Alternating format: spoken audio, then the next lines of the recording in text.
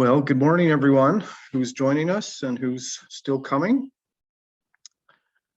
My name's Kerry Reimer. I'm with Parkland Restorative Justice in Prince Albert, Saskatchewan. And joining me today is Fritzi Horstman. Welcome, Fritzi. Thank you so much, Kerry. And do I take it away now? I'm going to talk for a little bit here, but I just wanted to give you a preliminary hello and welcome to our guests who are joining us. There won't be any audio input from guests today. If you want to ask any questions, or if you have any questions, please use the chat box below, and I will do my best to interact with you if you're having troubles. Or in the second half of our interview, you're welcome to ask Fritzi questions, and I will look at the chat and transmit those to her. So first of all, I want to acknowledge the land that we live on. Saskatchewan, we are treaty land. These treaties govern our relationships with the Indigenous people. We've come together today on Treaty 6 territory, which is the traditional territory of the Cree, Saulteaux, Stoney, Nakota, and Dakota. We also acknowledge the traditional homeland of the Métis and honor their contributions. It's important that we recognize that we all have benefits and responsibilities under these agreements. We acknowledge the harms and the injustices of the past and the present. We dedicate our efforts to working together in a spirit of collaboration and reconciliation, as we all are treaty people. Just a few words about Parkland Restorative Justice, my employer, and the work that I'm passionately involved in. We are a community organization based in Prince Albert, Saskatchewan. We believe that positive social support is a basic need of all people and a powerful healing tool for change. For over 40 years, our programs have reached those in the justice system by connecting volunteers with those who are incarcerated or recently released. Volunteers receive comprehensive training and support by staff, and by walking with those in the justice system, our volunteers are helping to prevent further harm and demonstrating that no one is disposable. Core to what we do are the values and principles found in restorative justice. We emphasize the following restorative practices in our programming: providing social support to offenders while encouraging them to understand, accept, and carry out obligations; encouraging collaboration and reintegration rather than coercion and isolation in our justice system; showing respect for all parties, including victims, offenders, and justice colleagues; involving and empowering the affected community through the justice process and increase its capacity to recognize and respond to community bases of crime. Our second organization to mention is one we belong to, the Saskatchewan Restorative Justice Network. It's a network of individuals and organizations whose interest is to promote and facilitate restorative justice values, principles, and processes. The Saskatchewan Restorative Justice Network aspires to the achievement of a society where the natural response to conflict and harm is restorative and not punitive, relational, not isolating, and healing and not harmful. I just want to reach out to the audience and speak a few words that since we are talking deeply about some trauma during this program, if you find yourself triggered, please step away. If you have to, turn off your Zoom and take a walk, have a drink of water, and count some breaths. This is a place of respect and confidentiality. It is being recorded. The chat will be recorded but not distributed to anyone. You can join and leave as you see fit. You will be muted throughout the meeting. Please ask any questions, put them into the chat, and we will strive to address them in the second half of the hour. And now on to our guest, our special guest all the way early Wednesday morning from California is Fritzi Horstman.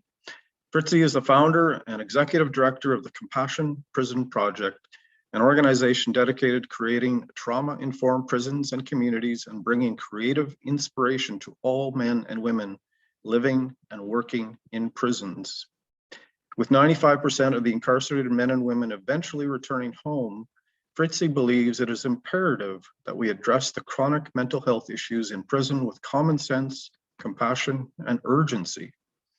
In 2020, Fritzi directed Step Inside the Circle at California State Prison, Los Angeles County, with 235 incarcerated men.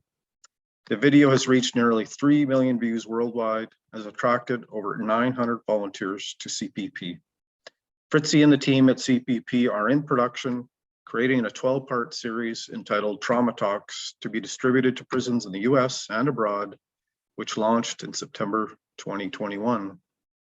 Fritzi's professional background includes producing HBO's The Defiant Ones, directed by Alan Hughes, which has garnered several awards, including a Grammy for Best Music Film. Wow.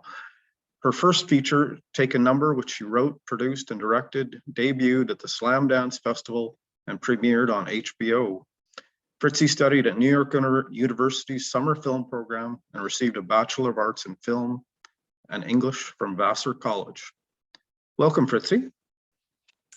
Thank you so much, Carrie. Thank you for creating this space. I was kind of taken by the sacredness that you imbued in this Zoom call, and I think as we move on, it just kind of brings tears to my eyes already. It's just as we move forward in our lives is taking time for the sacred and taking time to slow down, because when we do that, we get to feel our own presence and our own being, and in doing so, seeing the presence and the being of the people that we are encountering.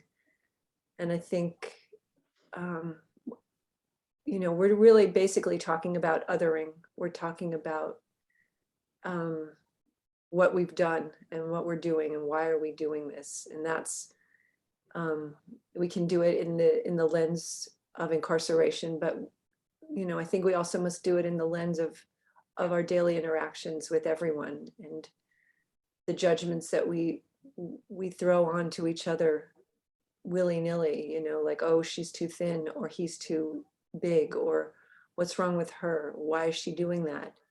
And I would say the things we're seeing that offend us or that disturb us is trauma. We don't like seeing addicts lying around on the streets in our neighborhoods. We don't like seeing poor people not dressed well. We don't like seeing these things. And yet these are our doing. This is our creation.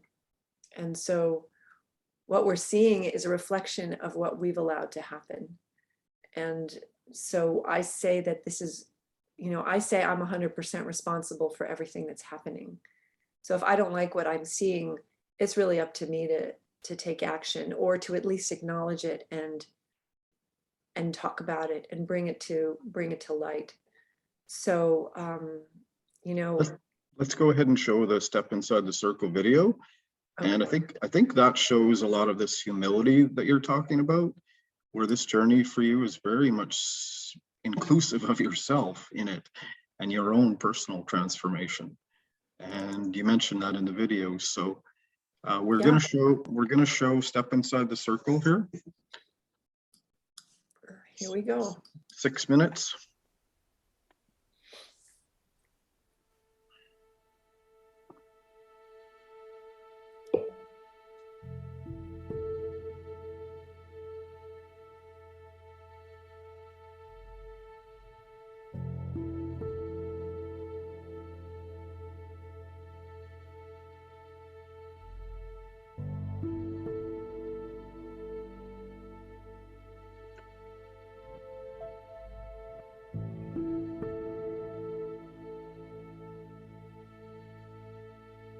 It's time now, everyone.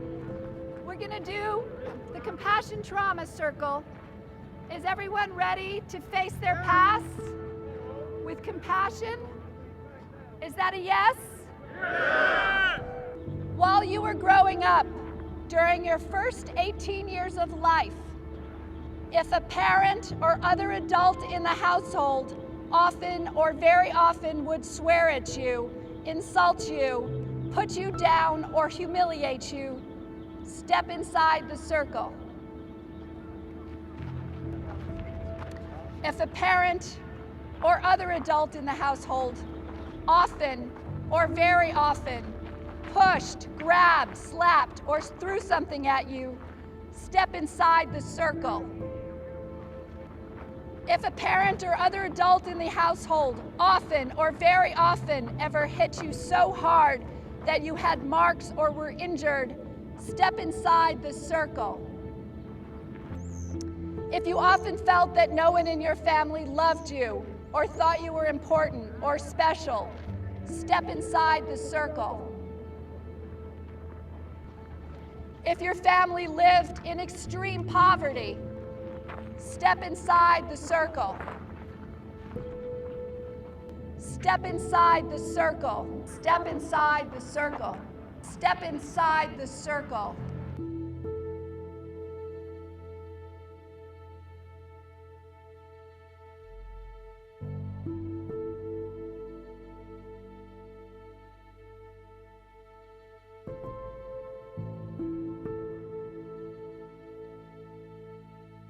There is no shame. There is no shame. There is no shame. I'm so good. Good to see you. How are you? Amen. Noel, good to see you. Welcome. I was abused as a young girl. I was beaten by my mother. I was verbally abused by my mother. I was sexually abused by another man. My father was an alcoholic. My mother was a rageaholic. I've driven drunk. I've sold drugs. I was a juvenile delinquent. Probably my story is similar to most of your stories in here. I'm white and I'm female and nothing happened to me. So, I got a get out of jail free card. And so I'm here now because I see myself in every one of you. I'm a traumatized child, raised by a traumatized child. My mother was traumatized as well as her parents. Like he said, we wasn't born in the world of being evil people. My mother didn't want me.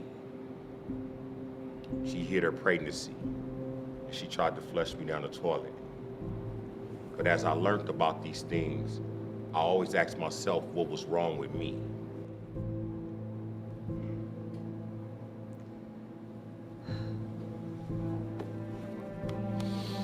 When I come to the circle and I see everybody else and she's reading off the questions and people stepping in further, and I look at my childhood and I'm like, a lot of these people in this yard are just like me. There was one step I should have taken that I didn't take, and I saw some of my brothers and my friends take that step, and I felt like such a coward. I wasn't brave enough to be there with them when they took that step. And every round after that, I took the most difficult step. Our traumas kept us separated. We were all on the circumference, all standing apart. But once we began to acknowledge our traumas publicly, it brought us all closer together. In prison, you're not supposed to show your weaknesses in prison, though.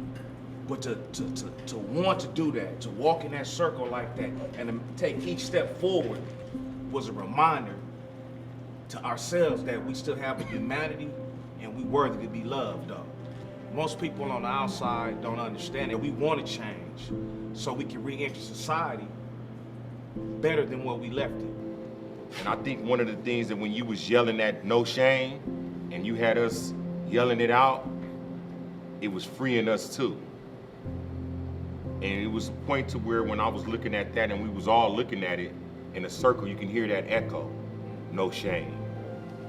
And that was very powerful, especially coming from a little lady like you. I'm 76 years old. I done seen a lot. I don't like talking.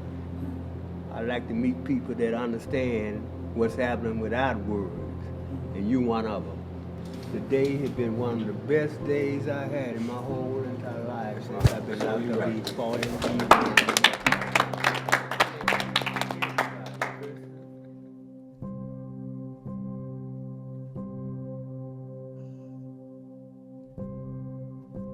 Your true spirits are not violent. Your true spirits are magnificent.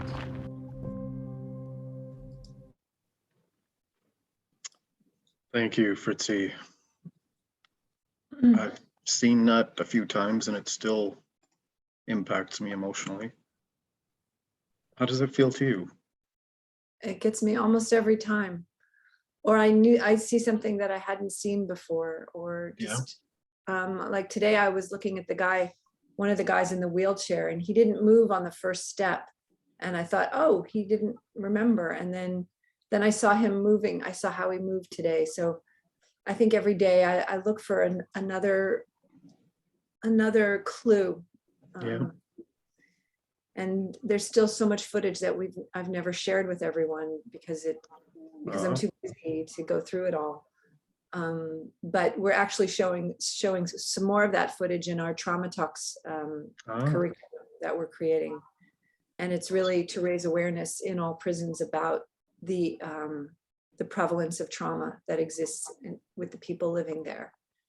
And my dream is to find ways to bring people back to their homeless, which is how they may have come in as children.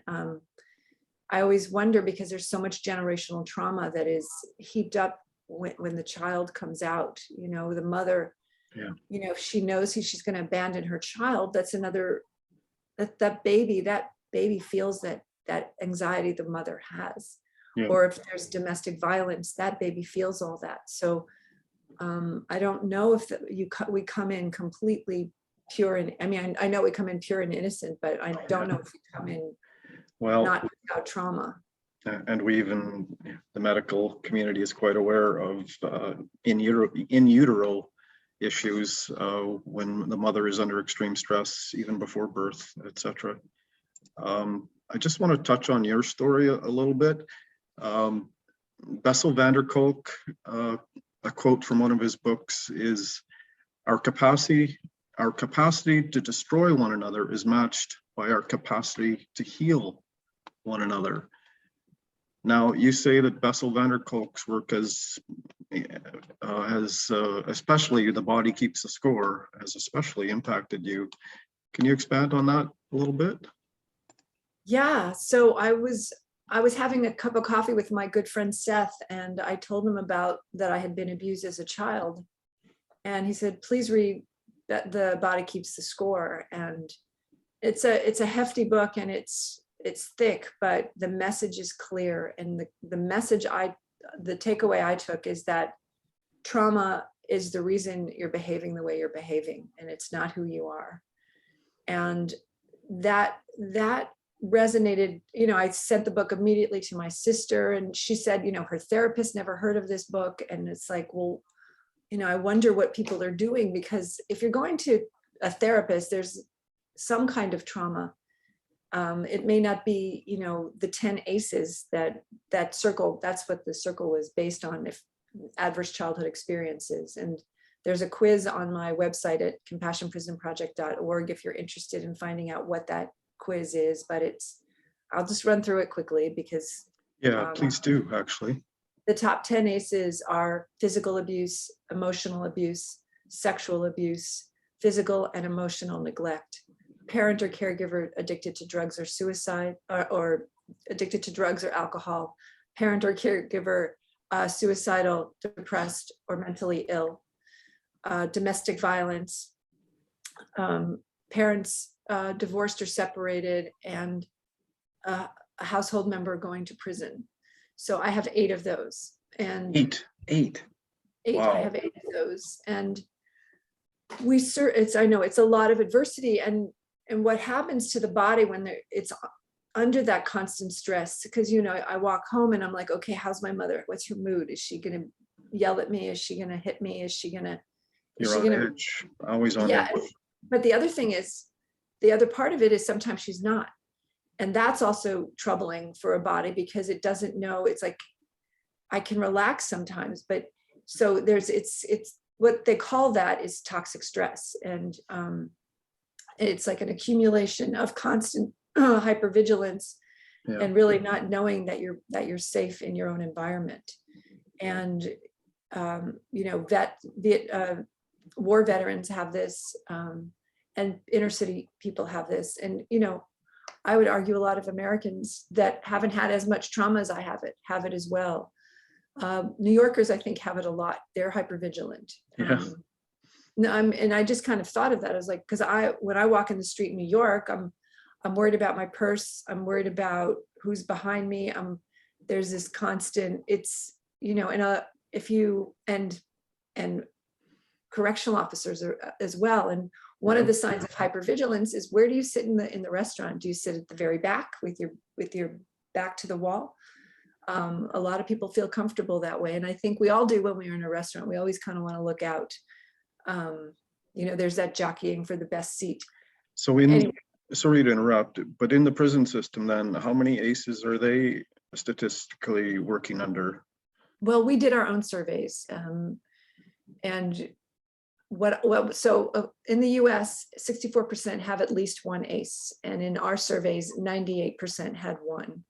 In the US, between 15 and 30% have 4 or more ACEs. In our surveys, 70 to 79% of the people we surveyed had 4 or more ACEs, and 64% had 6 or more ACEs. And so when I'm opening these envelopes day after day, and I'm seeing 8, 9, 10 ACEs, 8, 9, 10, 8, 9, 10, 8, 9, 10, 7, 8, 9, it doesn't matter. It's, but the thing is 4, imagine a parent who emotionally abuses you, physically abuses you, neglects you, and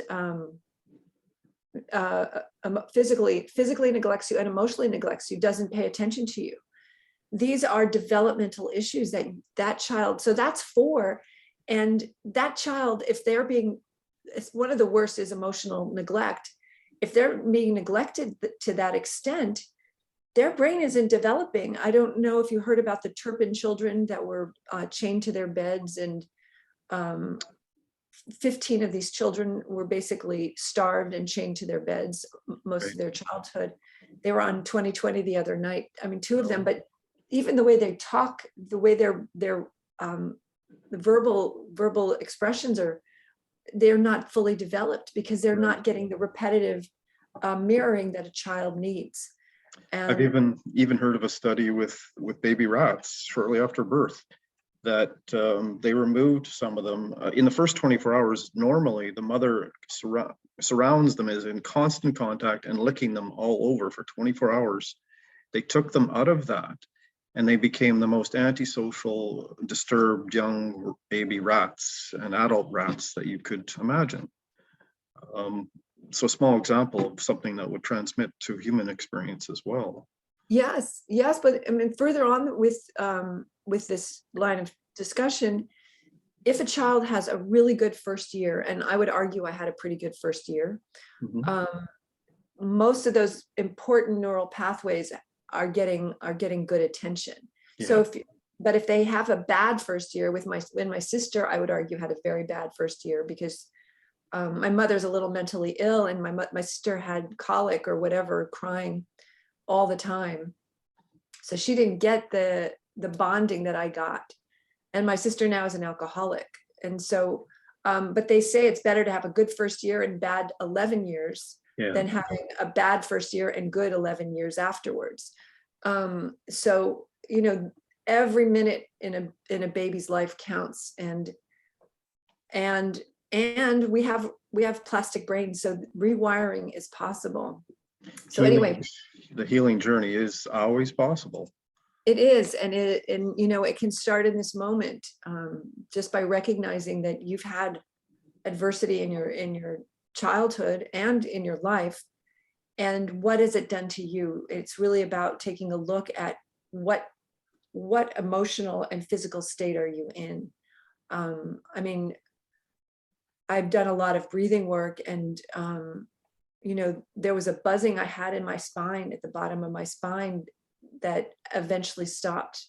I'm much calmer, but you put me in a car and someone cuts me off, and I am irate. And also it's really affected because I've only known that I've been traumatized for 3 years or 4 years now, 3.5 years. Such a young journey for you, eh? Yes, but I'm thinking about the residual effect that I've had on my son. He lived in a hypervigilant state as well, because I was whacked out, and he didn't know if I would explode, and I would explode. And I've forgiven myself for that, but you know, it's one of the most horrifying things that when I look back on what I've done to my son and his nervous system. To be able to go forward like the inmates in the program, no shame, to overcome that as a mother is no easy journey. It's not. And, you know, I think all mothers, you know, who are doing, you know, who are dysregulated like I was, all of them, you know, will be in mourning when they realize that they're traumatized in what they've done. You know, it's an unconscious thing that we're doing. It's our survival. And, you know, not to shame myself, because I've forgiven myself, I know, and I've forgiven my mother. She was in the same emotional state that I was in, and worse. She wrote on her final letter to me, she said, I probably would have been in prison if it had not been for the good people that were around me, because she was, her childhood had driven her to extremes. But back to my journey, I'll just tell you quickly what happened. Yeah. So I had read the book, and it was an epiphany for me. And then a month later, literally like a month later, I volunteered at a prison in California, a maximum security prison. And, you know, I had expected like maybe people would be in chains, or I don't know what I expected, but I walked in and there were 100 beautiful, wonderful men who were like, they were like puppies. They were, and they're developmentally, I mean, honestly, they're developmentally, they're not, emotional development has not been met. So their need for attention and for motherhood and for connection was off the charts. And so that's what I got. I felt like all these puppies were surrounding me. And I was just like, what are we doing? I mean, I know that these men have committed heinous crimes. They've murdered people. They've raped people. But the thing is, when you're in a state of fight or flight, you're really not at choice. They say this is a choice, but you're really not at choice as to how you behave. And I mean, I don't know, you're Canadians, and Canadians have a lot more control over their emotions and their expressions. But, you know, if you can look back at a time when you felt threatened and how you reacted. And also what I notice is when I feel threatened, I get really cranky. So when you're cranky, that's a clue that you're in fight or flight. So when you're in fight or flight, you curse and you say things you regret. It's actually not coming from your cortex, and the cortex is the place in your body that is your wisdom, that is your understanding of right from wrong, that understands consequences, that can comply with orders. And in prison, complying with orders is one of the most important things you can do. But if someone criticizes you, which to me is a huge trigger for me, I'll just go off. But I'm getting more aware of this. When someone criticizes someone in prison, that can set them off and put them into fight or flight. And so if an officer says, hey, stupid, and then says, you know, move to the back of the line, or whatever he says, that guy is triggered. Next thing you know, he's in solitary. And so you grow up in an unsafe environment. You don't know what to expect from minute to minute from your caregiver. You quickly join a gang, or you get involved in criminal activity, you go into incarceration.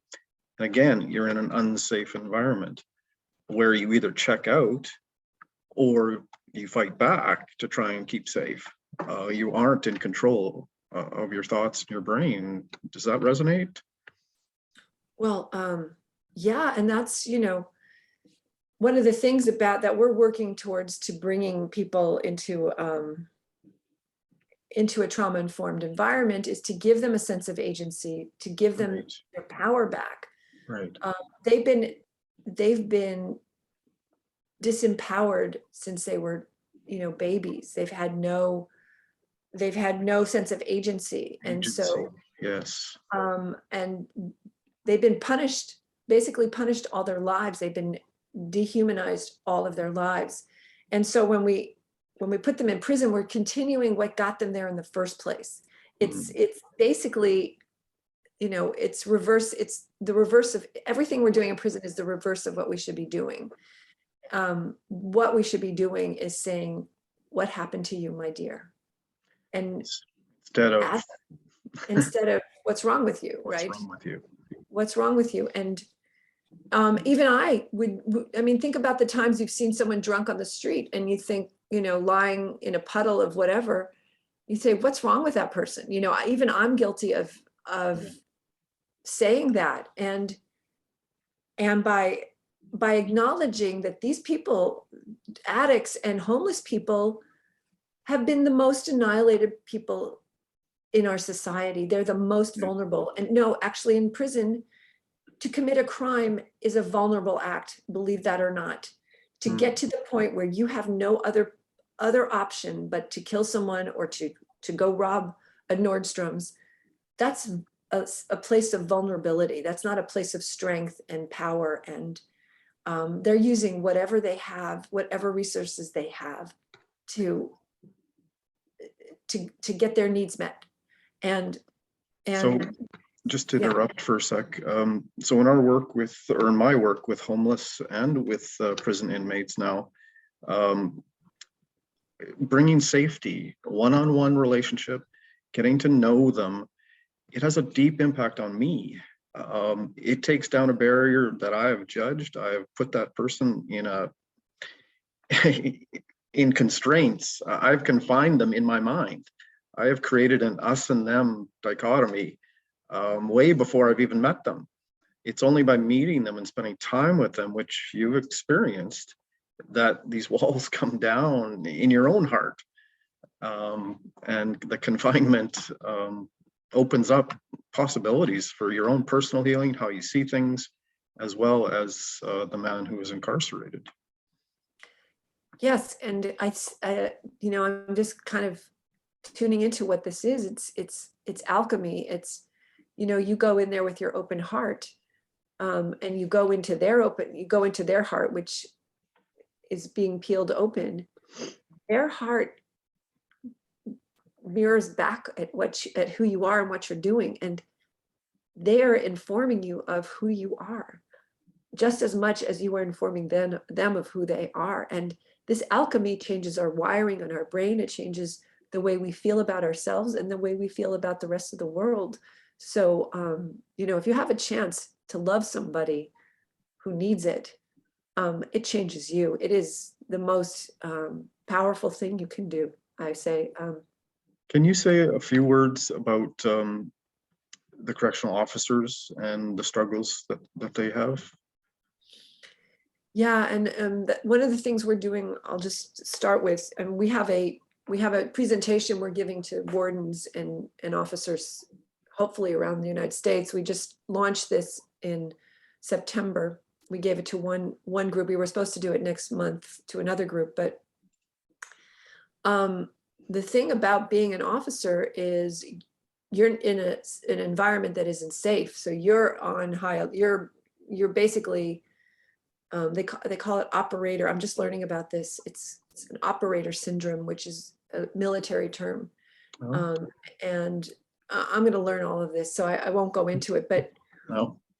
The life expectancy of an officer is 59 years old. Mm-hmm. I will be 59 in 3 weeks from now. Me too.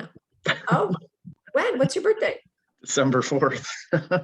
December 11th. So we're a week apart. Happy birthday. But you're gonna be 59. Well, look at this. So the thing is, Carrie and I are just getting started. And Yes. I mean, I've got years of work to do, because all prisons are going to be healing centers by the time I'm done. I can't be done in 3 weeks. So that's what's happening to the people in prison, is they are so stressed out by their job. But the other thing that I'm also learning about recently, it's amazing. You just learn things every day, and it doesn't stop. Is there's a term called moral injury. And moral injury, it has similar symptoms as PTSD. And there's a thing called burnout in the job of being a correctional officer. But the burnout is probably more close to the moral injury. And a moral injury is an assault to the soul. is a soul injury. So the things that the people in this job are witnessing and are doing goes against their souls. And that's why throughout the United States, Canada, and abroad, the job of a correctional officer is almost impossible to fill. There's not a prison in the world right now that has, except for Kenya. Kenya has plenty, and I don't know why. Oh, I asked how many officers they had. They have 100 people that are residents, and they have 140 officers. I'm like, okay, I don't know what this is, but this is, we need those officers in other places. yeah. I mean, the problem with understaffing is that the people living in prison have to stay in their cells for months at a time. This COVID thing has wreaked havoc on their lives. And we were supposed to go to Salinas Valley in central North California, and 87 officers didn't show up on Monday, which that means basically all their programs are shut down, their yard time is shut down. Yeah. Maybe they'll get a shower. So the work we're doing with officers, one of the things is we're asking our government in California to create a provision in the laws that there's a wellness program for officers. Oh, That's one of the things we're doing at CPP. And that's awesome. but to bring awareness about trauma, and that they're traumatized, the people they're serving are traumatized, and that when you put on your trauma glasses, it's a whole different world. So you see, when you start seeing the world through the lens of trauma, which is what I do, I look at someone walking, smoking on the street, and I'm like, what trauma did they have? Because if you're smoking gives you a relief for a second. Yeah. Both of my parents were heavy smokers, and so that's how they got their relief from the trauma that they experienced. I find that for myself too, after working in homelessness, learning a lot about mental illness and addictions, and now this focus in the last few months on trauma, I'm looking at people differently. I'm asking different questions. I just want to shift a little bit to a bit of local context here, Fritzi, if that's okay. Sure. In Canada and Saskatchewan, we have a large Indigenous population. I know you've talked about this on your programs that I've seen before, but in California and the US, there's an overrepresentation of incarcerated Black and Brown men. In Canada, and in particular in Saskatchewan, we see a similar result in our Indigenous population. There are changes going on. There's a lot of public information happening, and reconciliation, colonization exercises. However, we have this Indigenous population, which is not directly comparable to the Black and Brown, African American, and Latinx population. It's not the same, but the overpopulation, because of they're not white, is definitely a similarity. Can you speak into that, what you've observed at all in your context? Yeah, and I would say it's probably similar to what's been done. Although, in America, we took them and brought them here and then made them slaves. Yeah. But what we've done is, first of all, we've said the way your life is has no value. You need to do it our way. But what we've done is we've imposed our values and our systems on them, and then we've abandoned them. And then we punish them. And so we say, do it our way, but we're not helping you. And if you do something wrong, we're going to incarcerate you. So which is what a lot of this has happened to people that are by their parents. They've been abandoned and punished, right? So, so we really have to look at, what we're doing and why we're abandoning a population, because they're Black, because they're out of control, right? But why are you out of control? Is because you're in survival mode, because you don't have enough food, you don't have a hope, you don't have hope to, for your family, for yourself. So you spend any resources you get, you spend them the minute you get them. That's a trauma response, if I've ever seen one. Because saving is a prefrontal cortex activity, or I sent my sister $1,000 and she blew through it in 2 weeks, and mostly on alcohol. And I just thought I would, help her with her bills, but she didn't even think of that. Right. So the thing is they're not living in a world of safety, Right. and we think we know better for them. But we came in, we uprooted them, and then we asked them to follow our rules, which, there's a few steps in between that need to be dealt with before anybody's going to comply. And the same with in prison. And that is called healing, reconciliation, seeing them as part of our community, welcoming them into our worlds.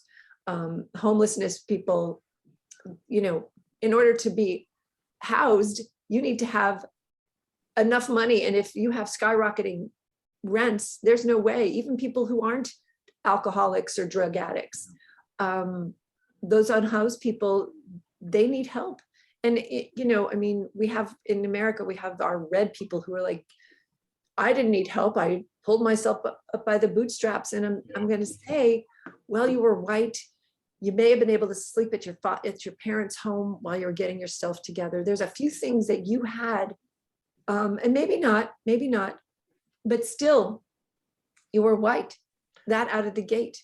I like the way you present that in the video as well, where you talk about being a white woman in our society and nothing happening to you. And that's exactly, in a very simple way, presents this problem here. But there are white people that are in prison.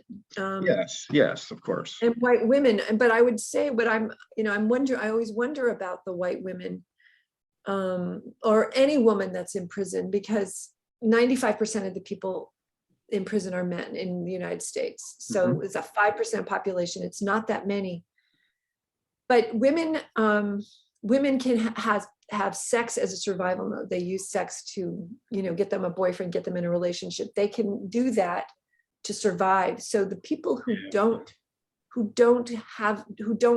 aren't able to use that resource are actually in the worst shape of all the women there are. And we're talking, most women have 5 or more ACEs than in prison. We don't even get to 1 or 2. It's like you just jump to 5. Like the level of pain and annihilation that they've gone through is off the charts. It's like the top 2% of the men in prison. This is like a general thing with the women.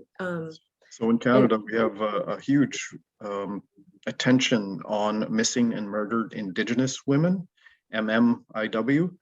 And this has been going on for a few years because their level of oppression upon them and disappearing family members, daughters and mothers are just gone. We don't know where they are, and there's no investigation into these people at all.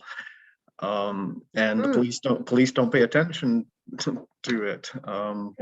Interesting, you use the word "these people." See, there's still no. It's an important distinction because they're still not our people. That's right. And that's when Guilty. No, it's not. I'm not. There's no shame or accusing you. It's the us and them language, though.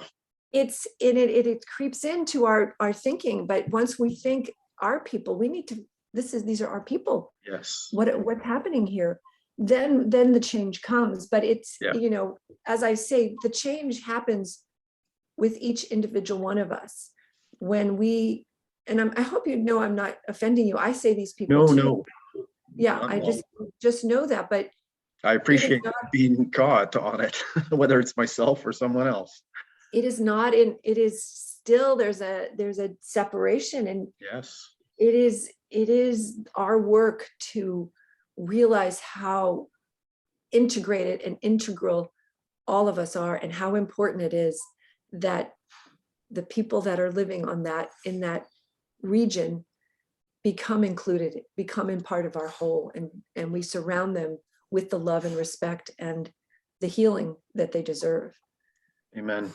That we deserve. This is part of our own healing. Exactly. I have a question here on the chat. And it was something I wanted to address, is the medical system and the government falling behind in understanding trauma. And you have brought along Nadine Burke-Harris, who is Surgeon General of California, and she's very active in alongside you in the prisons and working with you. But even our diagnostic and statistical manuals, the DSM, does not even mention certain terms like intergenerational trauma, and it's just slow on the uptake here to recognize these things. And this is not a new thing. I mean, PTSD got recognized, but this is different from PTSD. This is affecting way more, many more people. Yeah. Is there a question, or should I just comment? You go ahead. You run with that. It's so funny, the DSM, every trauma person I've interviewed on Compassion in Action, that's our podcast, take a listen. All the top trauma people are included in that Bessel van der Kolk, Gabor Mate, Dr. Peter Levine, blah, blah, blah. But all of them just roll their eyes when anybody brings up DSM, because they're like, this is just, you know, it worked at one point, but we have to broaden our understanding about being a human. And I think that's the thing about a diagnosis, about a pill. It doesn't take in the human, and it's about ticking boxes. And that's what a lot of our medical, you know, I go to my doctor and she's sitting behind a computer now. I'm like, this is, you know, aren't you supposed to look at my ears? You know, aren't you supposed to, you know, she does that, but it's after she's put in all the data about me. I've become a statistic instead of a human. And, you know, and so that's just another dehumanization technique that our society has done. I want to just clarify something. We do have some Indigenous people on this call that are involved in restorative justice. We need to watch the term "our people." That implies there's an implication of ownership in saying "our people." And great, I really appreciate, Kelly, you brought this up. It's a great conversation. You're right, there is an implication there. I can hear it now. Now that you said it, Kelly, our people. Well, I just want to say one thing is, but there is a context to that. I understand that, Fritzi.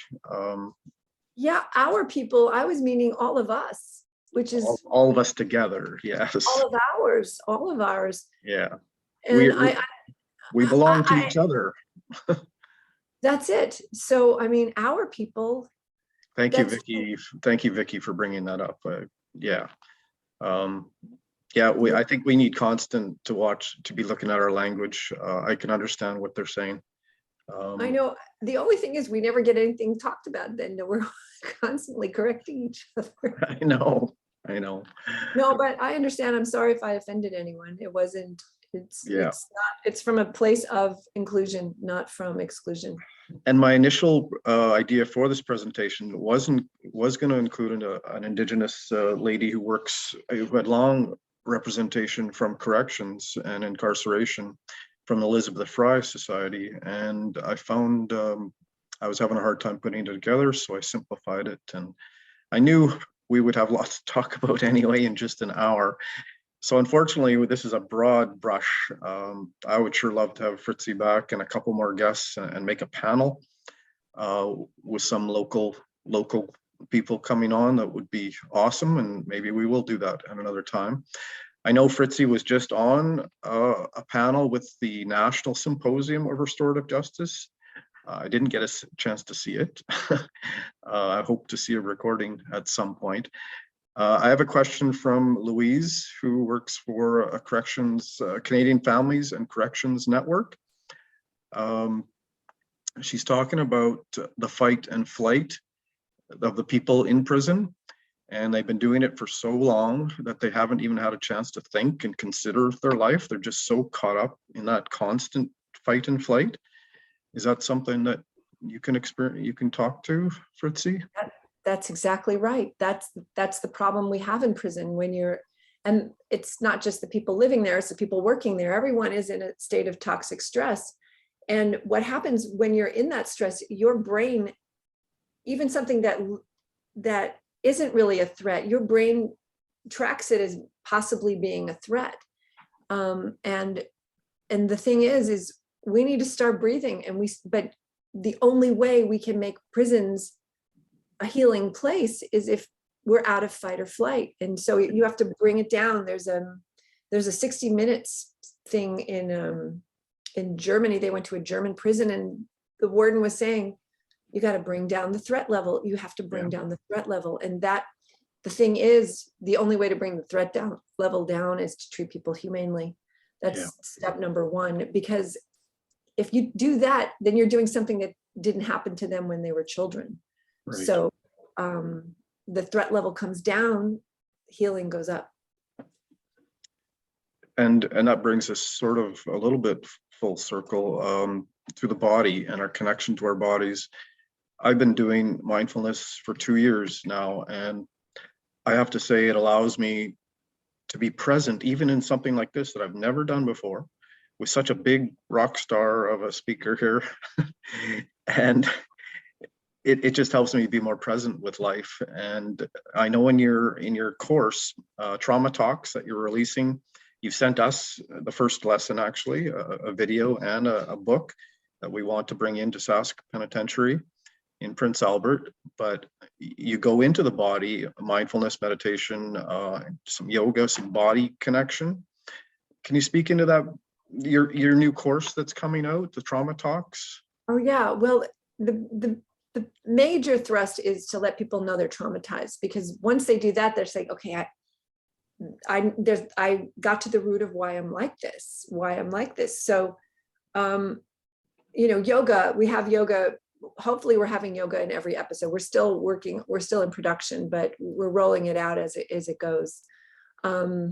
At Valley State Prison, 170 men have already watched episode 1, but we're still waiting for all the guys to have watched episode 1 before we do 2. So, Right. So yoga, it's Bessel van der Kolk talks about it, and it's Kripalu, Kripalu. He spends, look that up on YouTube. I'm gonna have to. Kripalu, he talks about why yoga is so important. And I'll kind of summarize it, but when you're in a yoga pose, it's uncomfortable. And I've always had a hard time doing yoga. So knowing that when you're in this pose, you are feeling uncomfortable, and you are telling your body that it is safe to feel uncomfortable, because when you're traumatized, that's the last thing you want to do is feel anything. Why do you think Netflix is so popular? Is because people want to numb out and not feel anything. Or they want to watch violent things, which is basically helping them reenact the trauma. But that's why watch how much you like violence, because that'll give you a sense of the level of tolerance you have of violence. My violence diet's going way down because of the healing I'm doing. But yoga, sitting in those uncomfortable poses for an extended amount of time, helps your body get used to the idea that not all sensations are bad. And that opens the door for loving sensations. So it's such a healing, modality. And same with mindfulness, to watch those thoughts, because those thoughts are what get you into trouble. And I would argue most of those thoughts we don't even know where they come from. I wake up in the first thing in the morning and I have a thought. I didn't pre-think of that thought. So I've always heard, one of the things I've heard is talk to yourself, don't listen to yourself. Unless it's a good thought, unless you're just like, yeah, let's go brush my teeth. But you know what I'm saying? It's Right. So yoga, mindfulness, EMDR is a really good one. And we've actually been finding some really interesting things that we're bringing to the people. Tapping, really good one, just to get you grounded. And I'm going to be part of this documentary of his name is Lippo. I just found out last night. Oh. But he's doing He's been working. They've been working with Fort Bragg with PTSD Soldiers. operators. It's like they're putting something like Botox. I don't know what it is into the sides of the brain. With the brain stem is where your where you look for threats, and they numb it. They numb Right. the brain, and then it reboots, and then you don't have PTSD symptoms. Okay. I'm gonna go get that done to me. So That it's very sounds amazing. exciting. It's groundbreaking, and it can change our society. Seriously. I believe the medical system, the research is starting to happen out there. And hopefully the advances can be used in the prisons and just in general public for these kind of conditions. Something you've mentioned in some of your interviews in the past have been some of the advances made in Norway to do with the work that you do with trauma and with prisons. And what can you say anything about that? Yeah, I'll share my screen if that's okay, and I'll just show you a couple of photos of Norway, Yeah. just so you can. It's a beautiful country. Oh my God! Well, it's not that way. Okay, hold on. Sorry, these little. Okay, so so this is R.A. Hoydal. I've never really seen a happy warden like this man is. And they call him a governor of Halden prison. But I'll just go through some photos really quick. Sure. And look at him. He's having berries with the incarcerated population. But with Norway, the punishment is the restriction of liberty, and activation is what they use, which means getting people out of their cells all day so they're not thinking about suicide and killing each other. And then wait, I'm going to the last photo. This is my presentation. Okay, and here, oh wait, that was it. And this is some more photos of Norway. So there's no way that you can tell that this is a prison. The only way you can tell is the officer playing volleyball in the bottom left corner. But the principles of Norway, one of them is called normalization, where you get you wake up in the morning, you make your own breakfast, you go shopping, you do your laundry. You don't have Right. all these decisions are your decisions and not put in the hands of the officers and the staff. And by doing that, your brain continues to function like it's been in society. When you're institutionalized, that's one of the big problems of returning to society is you make 15 decisions a day instead of the 8 to 9,000 decisions that you make every day as a human. It could even be more. I don't really know how many decisions we make a day. But the thing is, one of the guys, when he got out, he had a panic attack trying to choose a mustard. And then going shopping for the first time is really quite an experience for everyone. It's because of all the decisions, all of it, like it's just, the brain hasn't calibrated that in 10, 15, 30 years. Right. And the other instance of institutionalization that I had is my friend, he was lying in bed and he was waiting for someone to open the door when he had gotten home. And so this is what we're doing to our citizens. We've handicapped them just by keeping them in a cage, which brings us to moral injury, back to moral injury. Just the act of putting someone in a cage we know that this is wrong. We know fundamentally this is wrong, and we are injuring not only the people we're taking care of, but the people who are taking care of. So we have voices in the United States and in Canada here that want to be hiring more police, hiring more prison guards, and building more prisons, and saying that we're being too easy on them, even in our current system. On them, we're being too easy on them. Forgive me for that term. No, but that's what they would say. So that's correct. There's this separation. It's easy to be hard on someone who's not me, who's not in my family, to punish them. So in Norway, yes, there's going to be voices saying that this is too easy. These guys aren't suffering. So the difference is we're removing the liberty, you say, right, but not necessarily punishing them. That's right. Is that That's accurate? right. That's right. And as far as defunding the police, I mean, I think the instinct is right. I think what the instinct is resources need to go to communities. I mean, I think police have some function in society, but Yeah. I think some of those resources we might want to put to a mental health squads that go out for something nonviolent. And we are actually looking into that in Canada. There's more and more police training, I believe, and also nurse practitioners that are mental health experts going out on calls to try and ameliorate this problem. Yeah, I mean, I think with the police, you know, they're trained to get a situation under control. I think we need some of that, at least until we have everyone not traumatized. Right. I think police, as long as we have trauma, because people are acting out, which makes sense. That's what you do when you're traumatized. So no shame, but when they do apprehend this person, what happened to you? And let's get you some care. Right.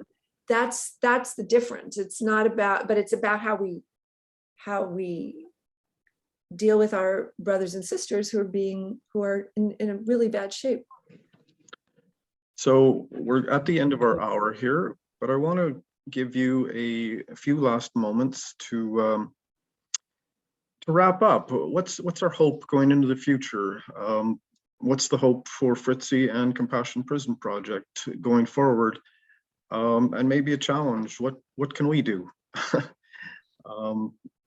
You know, as citizens, as volunteers, as people that work with police and restorative justice agencies. Yeah, do you have something for us on that? Of course. My hope is all prisons in the world become healing centers, because we all know that now we know that everyone who is in prison is traumatized. So instead of bringing more trauma into the world, why don't we bring healing into the world? So that's our, you know, that's our flag that we're planting in the sand. I think for all of us, I would say, you know, get in touch with what's sacred, get in touch with what's kind to yourself and to those who are suffering. Reach out to that homeless person you see, you know, tell them hello. You know, I was driving last night and I saw a homeless man and I was like, I don't have any money. So, you know, get some cash and put it into your pocket so you're prepared for when you see someone that needs something. Be prepared to help, you know, like that. I just thought of that, but I wasn't prepared last night, and I was bummed that I missed that opportunity. And an opportunity to love. Don't miss any opportunities to love. I think as we go into this Christmas, which is a holiday that should be about seeing each other and honoring the sacred in each other. I think that's the opportunity we have to begin our working of changing the world. That's very good, Fritzi. It's Thanksgiving in the United States, and I know that you're trying to cut your week short and get some rest and be with your family. And so we wish you a happy Thanksgiving. And we are very thankful. I am very thankful, as I think our listeners would echo, for you working this morning, early morning in California, and for getting up and joining us. I'm very thankful. Those slides on Norway, is that a shareable file or? Yeah, it's from the New York Times. Do you want to just email it to me and I can distribute it, or just the link, or that would be awesome. Someone was just asking about that in the chat here, and it's not something I'd seen before. Yeah, just the ones with all that collage, right? That's the one. Yeah. Okay, I'll find it for you. just Yeah. a brief overview of what they're doing in Norway would be interesting to have. So Yeah. thank you, Fritzi. I deeply appreciate this, joining us in little Saskatchewan out here, and for the lessons you're giving us and the world, and how you're spreading it so passionately. I just ask you to have a restful time with your family, and happy Thanksgiving. And thank you for all our guests for joining us. This will be the end of our presentation, and please stay safe and take care of your families. Bless you, everyone.